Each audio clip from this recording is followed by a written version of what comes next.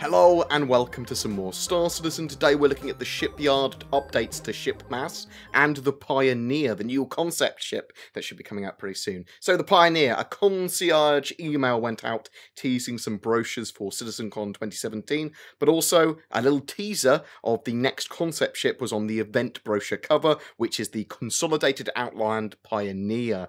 This has been confirmed as the game changer ship as well. It was under the title of Exploring New Worlds on the brochure as well. As confirmed on Wednesday this week, it is a large civilian industrial role ship. In fact, it's one of their larger or largest ships. It has a role that no other ship does in the game, and Consolidated Outland was kind of compared to Elon Musk in this Wednesday as well, who is planning to colonize Mars. But the theme of CitizenCon this year may add to the hints of exactly what the ship does, as well as the meaning of the word pioneer, which is a person who is among the first to explore or settle a new country or area.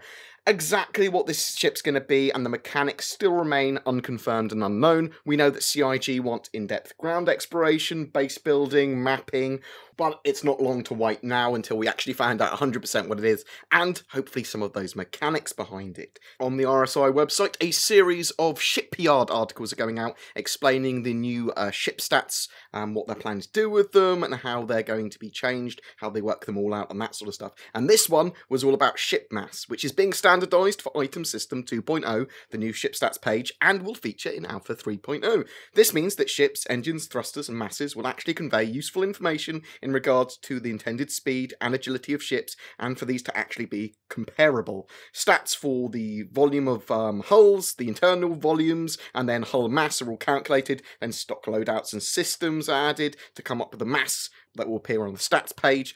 Other things that will heavily affect a ship's mass are the species or manufacturer that made the ship. So Xi'an, for example, use lighter materials, as do Origin. Aegis and Anvil, typically heavier materials. The design role of the ship also influences the mass. If it's an old heavy fighter, it may have cheaper, heavier materials or armor plates under its exterior hull.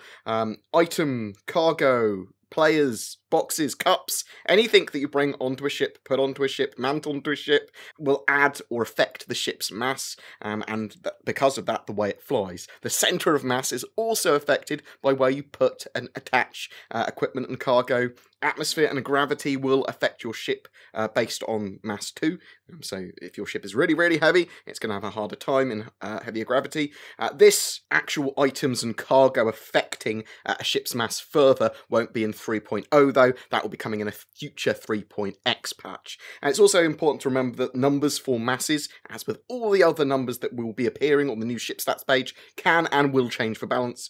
It's going to give us a much better idea though.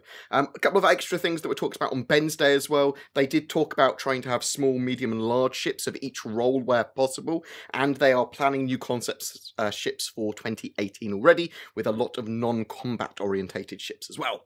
Every month we give away a ship. For October it's a Constellation Aquila, Ursa Rover and P-52 Snub Fighter, donated by the lovely Stellar Enterprise this time, and an in-game org, which you can find more details about them below, as well as everything else we've talked about. That can all be found down below as well. If you want a chance for winning that Constellation Aquila, all you need to do is be subscribed to my YouTube channel and comment on any of my videos made during the month. Do you have any questions about Alpha 3.0, about the game changer, the Pioneer ship, ship mass, whatever else we've talked about, chuck them in the comments below. A special thank you to my Patreons who allow me to create the amount of content I do. Thank you so much, guys. If you're interested in becoming one of them as well, you can find the links below. Please don't forget to like and subscribe, as it really does help me, and I'll see you in the verse.